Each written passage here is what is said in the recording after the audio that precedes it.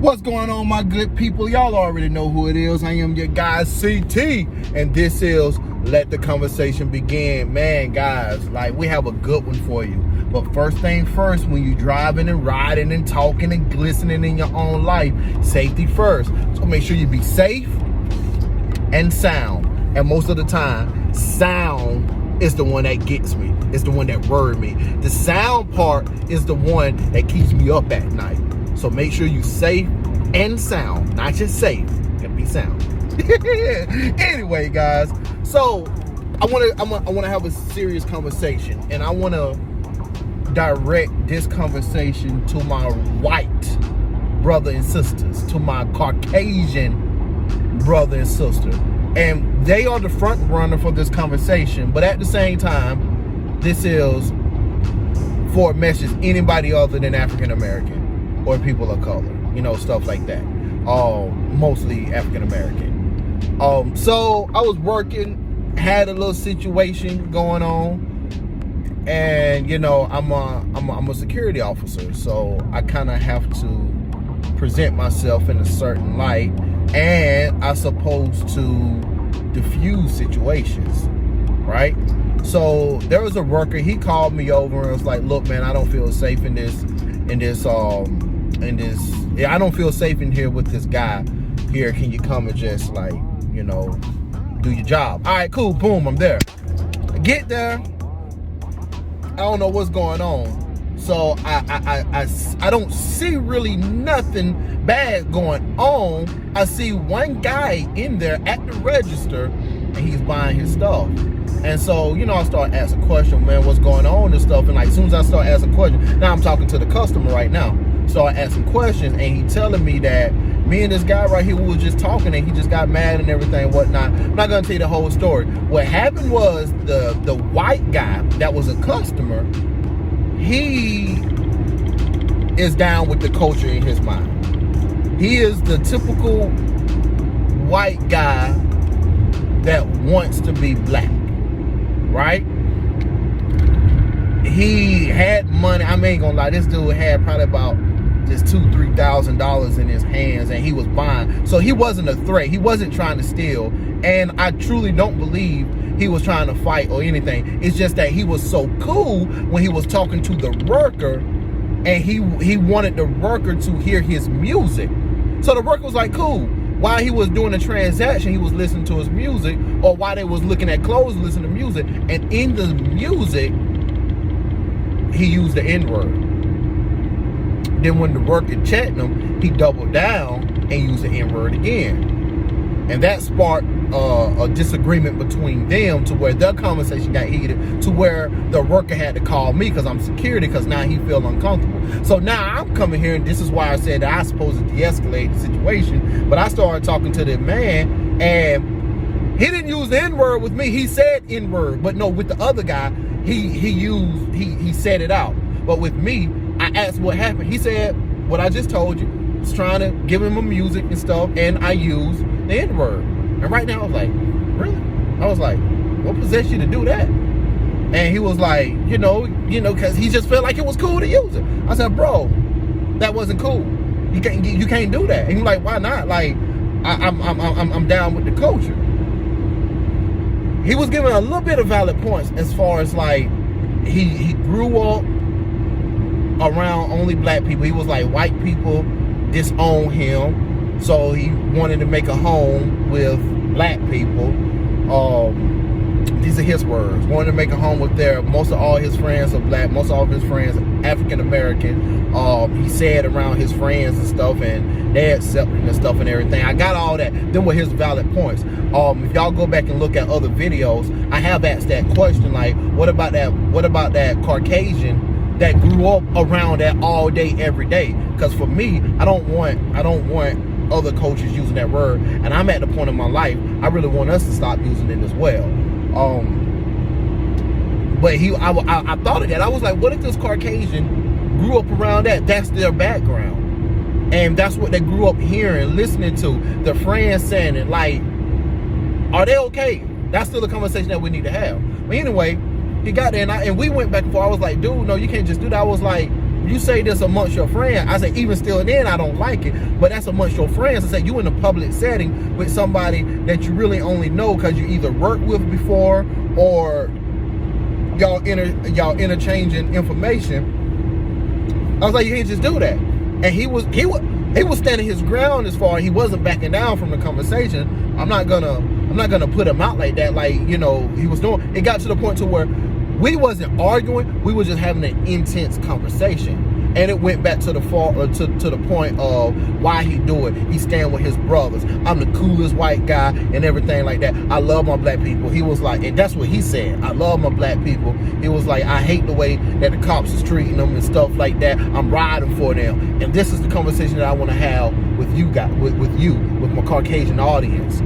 There is a thing that you can do that can help us out a whole lot more than what this gentleman was doing. And I'm gonna break down what he was doing as well.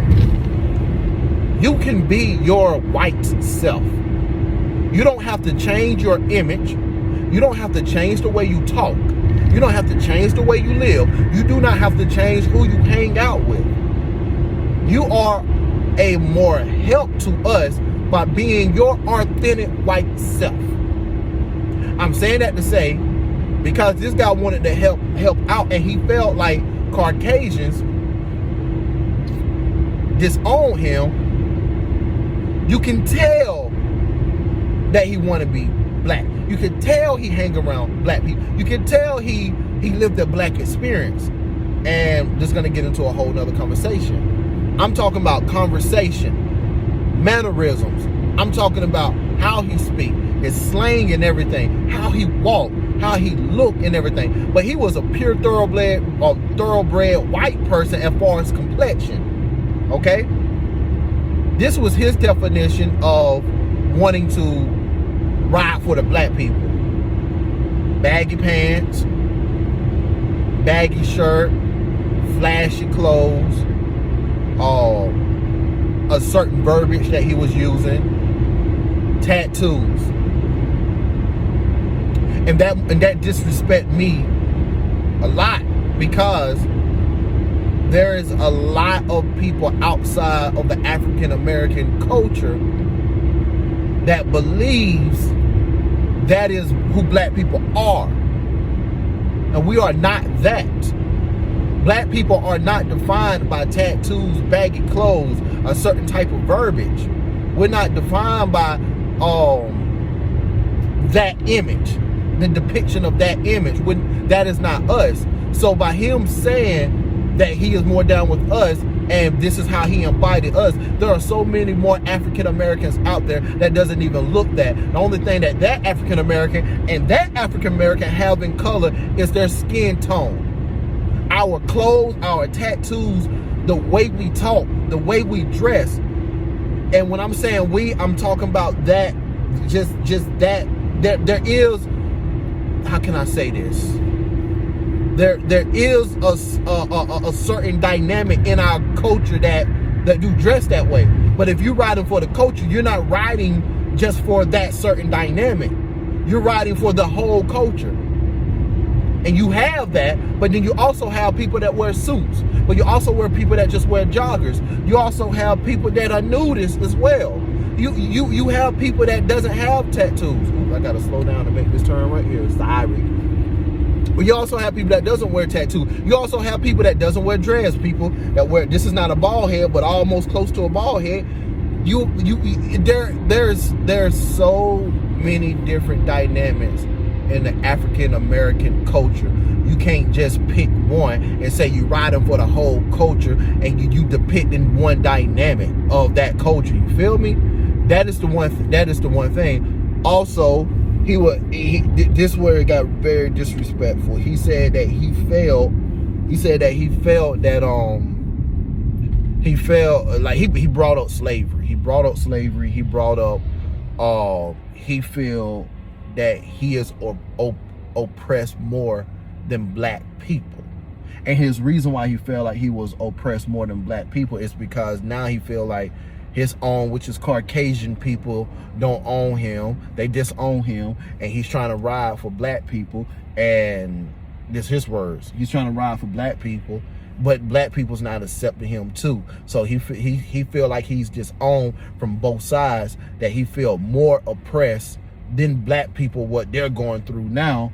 And as far as the slavery stuff too, and like, you know, I had to chill out because I'm like, at the same time, like, there are a certain emotions that are building, but then at the same time, I'm trying to teach and inform too. And the thing is, I can tell that he was a kid. He really was a kid trying to figure out where he belonged. So I wasn't really trying to disrespect him. I was trying to teach him. And when you younger, when I'm 20, 21, 22, honestly, I'm sorry to say that it might have been an altercation. But I'm older now. And I was able to control myself and have a conversation. Because at the end of the day, them are real topics. Them are real conversations, right? Them are real thoughts that Caucasian people think of. So we have to have the conversation. That's why we're here at Let the Conversation Begin. Have to have the conversation. And I want to see him again just so I can get his phone number. I did get his phone number, but I lost it. Actually, let me just be honest. I got his phone number. I left it in my work pants, and I forgot it, and I washed him. So I don't have his number. So I hope he can come back through and I can get his number. But anyway, with him saying that, I was like, bro, here's what you're saying. You feeling oppressed because your people is not owning you. Now the black people's not owning you. I said, one of the main reasons why black people is disowning you because you don't accept who you are. You white. You Caucasian. Be who you are. Don't try to come and be who we are, and then it's disrespectful because you depicting that certain dynamic of our culture and trying to be that. That's disrespectful in its right. Also, I was like, you comparing your struggles now compared to what we go through and what we went through. I said that's two totally different dynamics, because you chose to put them tattoos on your body. You chose to wear these baggy clothes. You chose to speak like this. I don't know if you chose. I said that then, but I don't know if you chose to speak that way. Maybe that's the way you grew up. But you chose to act like this. You chose to ride with her. You chose to depict yourself in this light. I said and the guy that was still there talking, I said, me and him, we didn't choose to be black. We didn't choose for our skin pigment to be black. We was born this way. You getting what you're getting because you chose to get this. A lot of us don't accept you because you're not being authentic to who you are, and you disrespecting us by thinking that this is how we are, and you got these tattoos and these clothes, you talking this way, and you doubling down on your position, don't want to be taught. And the reason why your counterparts in your mind, your Caucasian brother and his sister, the reason why they disown you, because look at you. They look at you and feel like, no, you ain't one of us. You done disown them to be with us. Now, is that a wrong mindset? Yes, it is. But at the end of the day, that's reality. That's how a lot of Caucasian people think. I ain't saying all, I'm saying a lot. Because a lot of them see you and see that you don't even know who you are. So now you want us to listen to you, but you don't know who you are. That is the whole case that I'm trying to say, my brother, and people that's like that, in order to help out anybody, any race, and for this conversation purpose, in order to help us out, be yourself. I got a story. I think this is floating around right now. His name is Carl. Forgot his last name. I'm gonna come back in another interview. God dang it. Come back in another video and clarify this. But he was back in the 1960s. You can look at him, tell pure white man. But he rode for us. He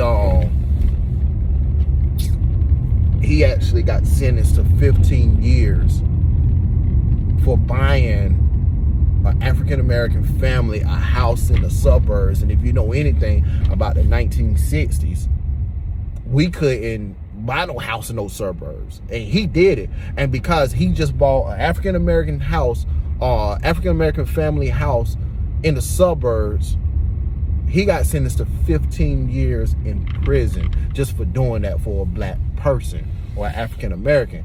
Now he only served 7 months. But yet and still, for him to go to court just for buying them a house, he didn't have to put no tattoos on. He didn't have to change his clothes. He didn't have to change his talk. He just did a good deed. And that good deed, what he did right there, it shows that it shows in itself that he really cared. And even still till today, him and I believe his wife have an organization. Like I said, I'm gonna come back. I'm probably gonna come in another video, put a little small video at the end of this. But they have an organization that really fight for African Americans, people of poverty. Like, they have this organization set up specifically for that. That is one key way how to ride for us. Okay, so I want to end it by just saying, guys, like, I'm still speaking to my Caucasian brothers and sisters. Sorry, I'm pulling up to my job right now, and but just to speak. Sorry, just to ride for us. You don't have to do that. Tattoos is not who we are. How we dress is not who we are. How we speak, how we wear our hair is not who we are. That is not. In order to really ride for us, learn our whole entire culture, see things that we are lacking, see the struggles that we're going through, and you can use your white privilege. And that's a whole nother conversation, white privilege. But you can use your white privilege. You can use who you are. You can use your relationships to try to fight for us being who you are. This is not about, for our fight and everything like that, we know it's racism. But yet and still, our fight is not black against white. It is us against racism. Because there is a lot of white people that has done great for us and that are still doing it for us right now. So it's not about black against white. That's the narrative that I hate what's happening right now. It's not about black against white. It's good versus evil. I can't even say good versus evil because it make it seem like trying to say all black is good, and when there's a lot of black people that's not even fighting for us, whole nother conversation. It's about going against evil. It's about us as a culture fighting against evil and racism. And black, I'm sorry, a lot of people say black can't be racist. Like, I throw that out the window. I believe black can be racist as well, against other cultures and against themselves is what, we can call them Uncle Toms, which that's a whole nother conversation about the origin of Uncle Tom, or we can call them Uncle Ruckus. That's what we're gonna say. We're gonna call him Uncle Ruckus. But guys, I wanted to take that conversation and I wanted to express to y'all how to truly ride for us, right? How to ride for us, and that's how you do it. Being yourself and who you are, using your resources, your friends, and just having a heart for our culture. You don't have to change your clothes. We don't want you to do that. We don't want you to get no tattoos. That's to me, that's nothing but putting a name on the back of a jersey.